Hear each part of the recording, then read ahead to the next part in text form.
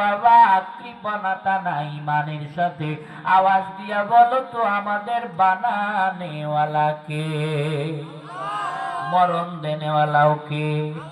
আল্লাহ যারা কয় না এরা যেন একটাও বাড়ি যেতে পায় না।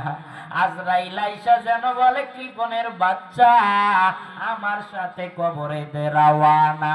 কৃপণতা নাই ইমানের সাথে আওয়াজ দিয়া বলেন আমাদের জীবনের মালিককে।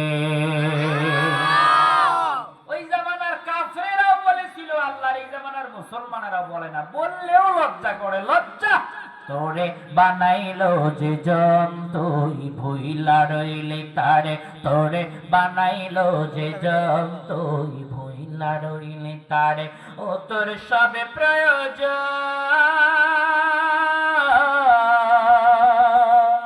ও তোর সবে প্রয়োজন পূরণ করেন তিনি, তবুও তারে ভুলিস কেমন করে, তোরে বানাইলো যে জন তুই ভুইলা রইলি তারে। ইমানের সাথে আর একবার আওয়াজ দিয়া বলেন আমাদের বানানেওয়ালাকে।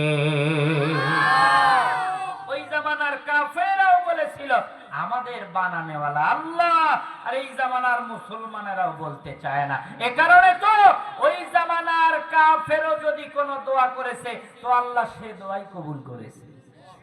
সুবহানাল্লাহ কয় না? চাচা রাগ হয়ে গেছে, কয় কাফেরের দোয়া কবুল হবে আর আমি কব সুবহানাল্লাহ। চাচা ওই জামানায় কাফের দোয়া করলেও কবুল হয় বাবা, আর এই জামানায় রংপুর থেকে আমার মতো নিয়ামুল হক বিপ্লবীরে টাকা দিয়ে ভাড়া করে আইনা দেশি মুরগির রং পিষে খাওয়াইলেও দোয়া কবুল হয় না।